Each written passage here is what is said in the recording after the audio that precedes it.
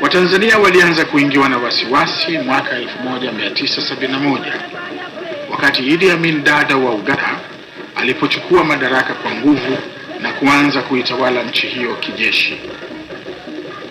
Mwanzoni Waganda pamoja na mataifa mengine walidanganyika, wakawa na matumaini makubwa juu yake kutokana na ahadi zake nyingi kwamba yeye ataitawala Uganda. Amin kudai kwamba eneo la Tanzania lililoko kaskazini mwa mto Kagera katika mkoa wa Ziwa Magharibi ni sehemu ya Uganda.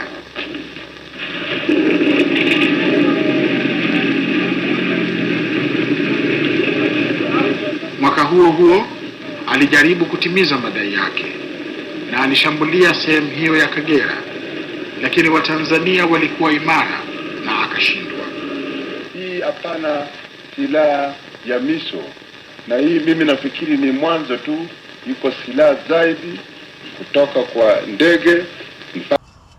Mwaka 79 tarehe 25 hiyo Julai, wanajeshi wa Tanzania,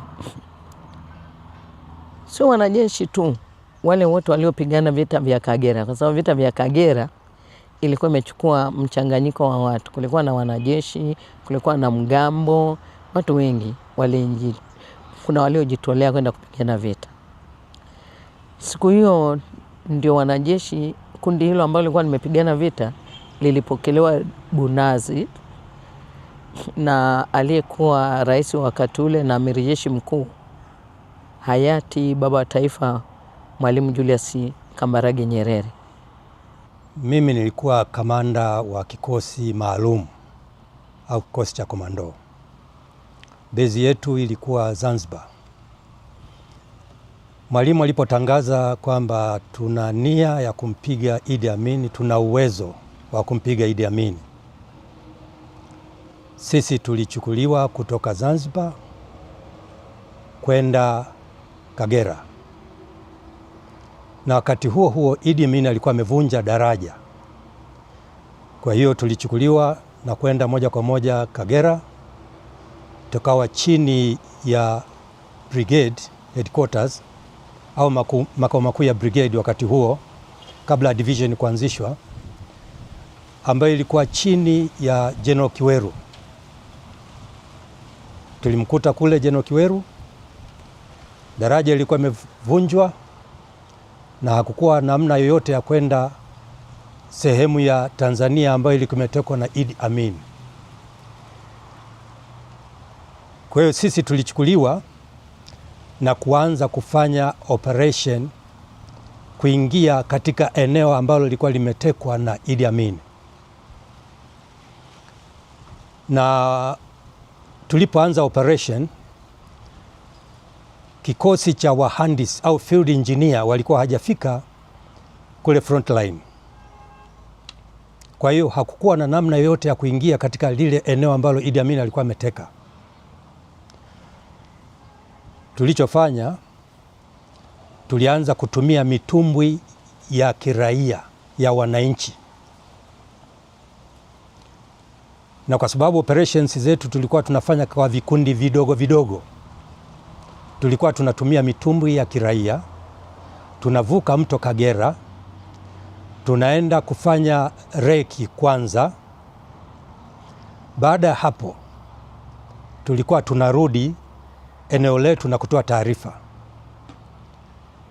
Baada ya kukamilisha taarifa nzima, tulianza kuvuka tukitumia mitumbwi hiyo hiyo ya raia.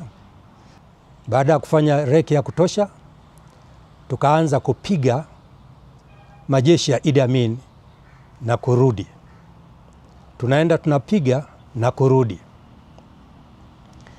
Baada ya field engineer kufika, tukawa tunavushwa na mitumbwi ya kijeshi ya field engineer.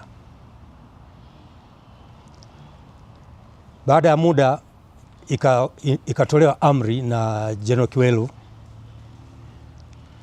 ya kupiga mizinga. Mizinga ilikuwa inapiga ya tirale na sisi tunaingia kupiga mle ndani. Katika hatua za mwanzo tukasecure lile eneo. Field engineer wakajenga daraja mto Kagera baada ya kuhakikisha kwamba tumesha secure lile eneo, wakajenga daraja na vikosi vikaanza kupita.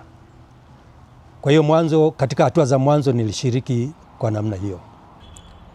Mimi nilikuwa kikosi cha mawasiliano cha jeshi. Baadaye nilihamishiwa brigedi ya 201 wakati ikiitwa Chui brigedi ya Mashariki.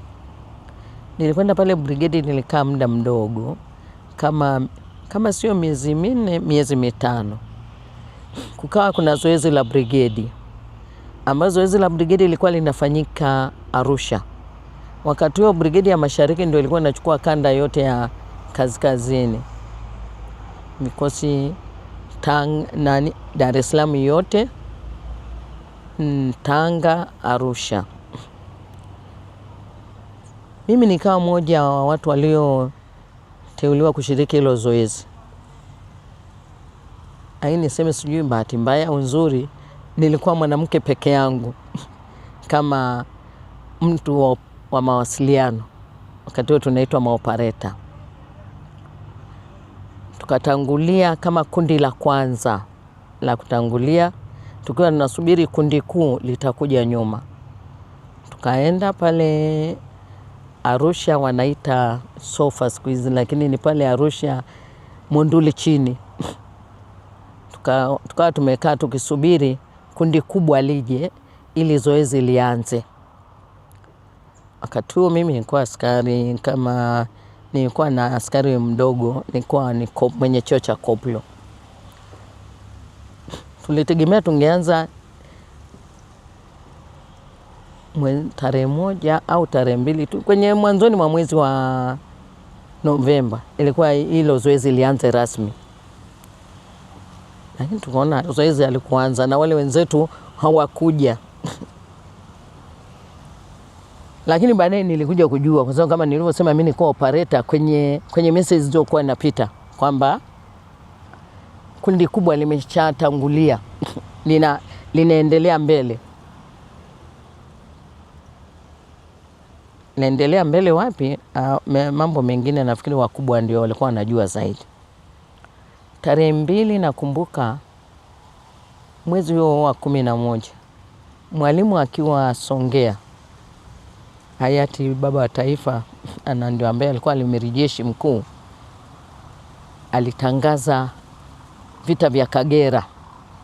Jana ametangaza mwenyewe kwamba ni kweli majeshi yake yamevamia nchi yetu na yamechukua sehemu hiyo ya Tanzania iliyo kaskazini mwa mto wa Kagera, kwamba tangu sasa eti sehemu hiyo ni ya Uganda na itatawaliwa kijeshi kama Uganda inavyotawaliwa. Ndivyo alivyotangaza mwenyewe. Sisi ametusaidia katika kutangaza jambo hilo kusudi sasa, kwa sasa ubishi uishe. Sasa hiyo ndio hali. Tufanye nini? Tunayo kazi moja tu wa Tanzania sasa, tunayo kazi moja, ni kumpiga.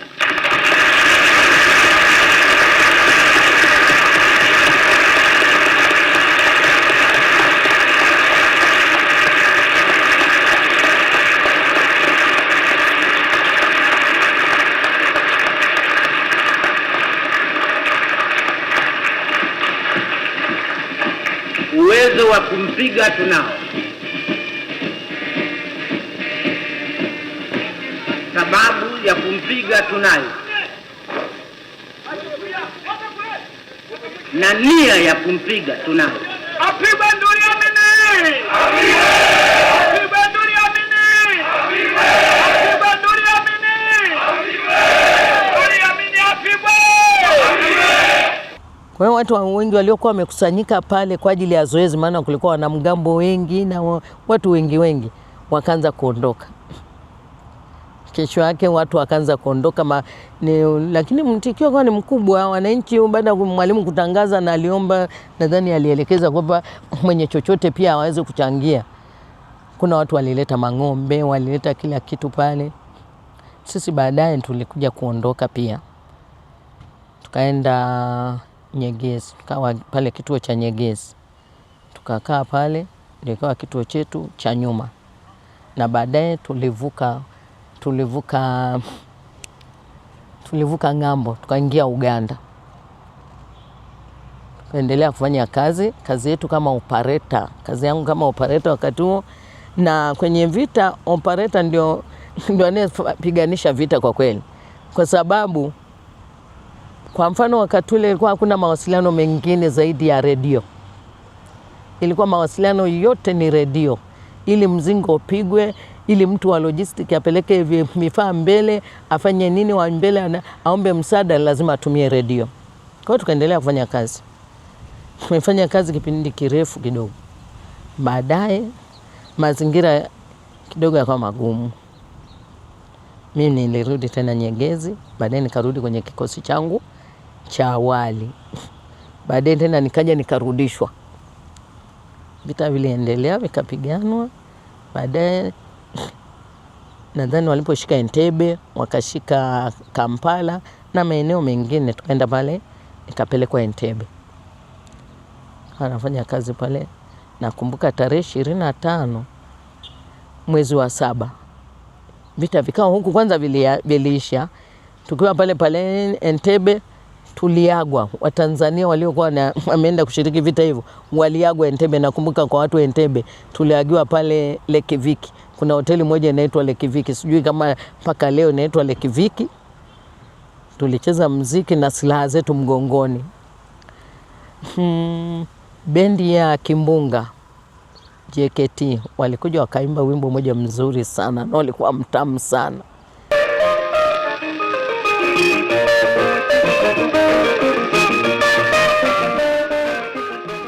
Tukacheza muziki mpaka asubuhi. Nadhani siku hiyo tukapumzika, kesho yake ndio tukavuka kuja kupokelewa Bunazi. Ndio ninavyokumbuka. Na baadaye baada ya mapokezi ya Bunazi mimi nilirudi Entebbe kwenda kuendelea na kazi mpaka mwaka 80 ndio nilirudi.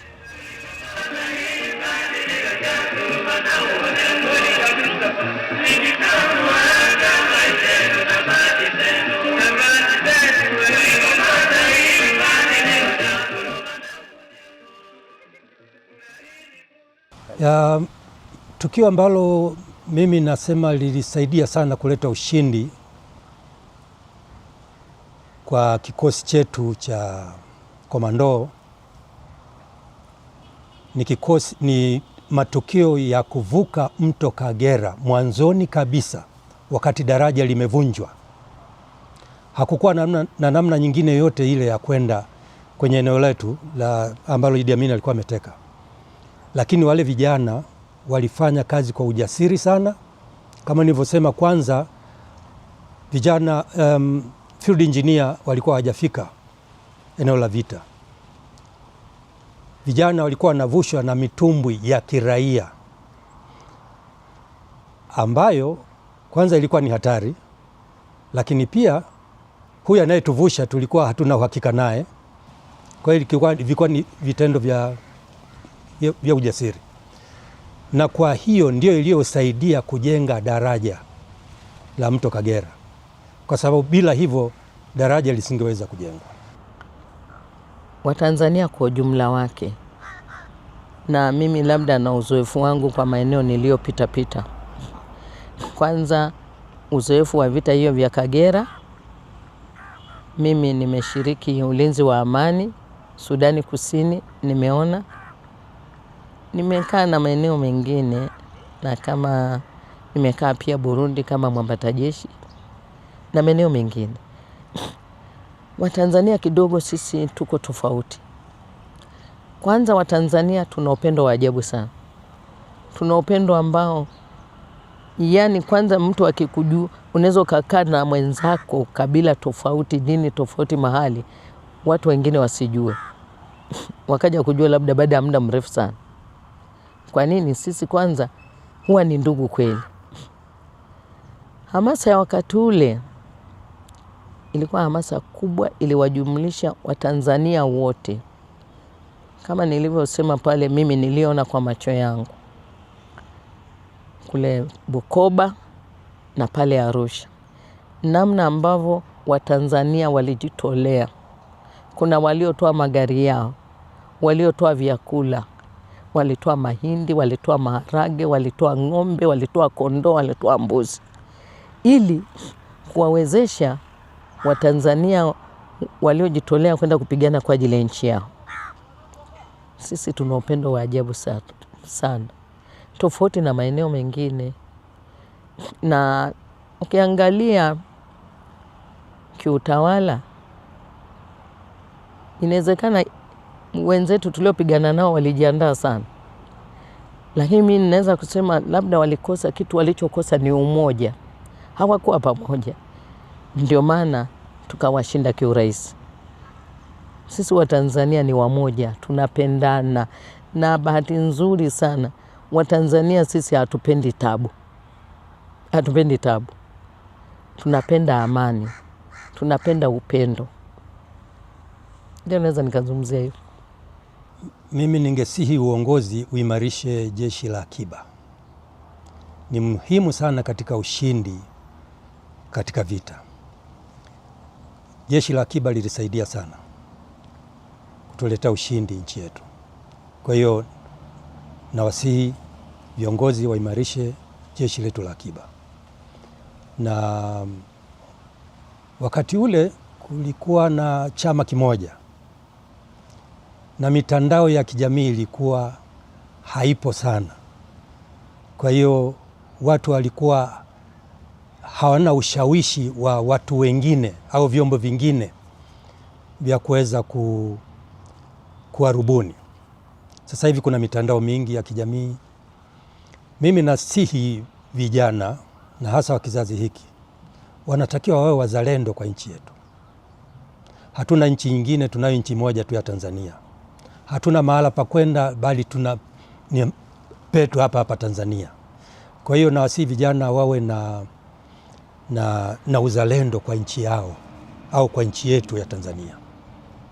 Tujifunze kuendelea kuwa na upendo, lakini huo upendo hatuwezi kuanzia juu.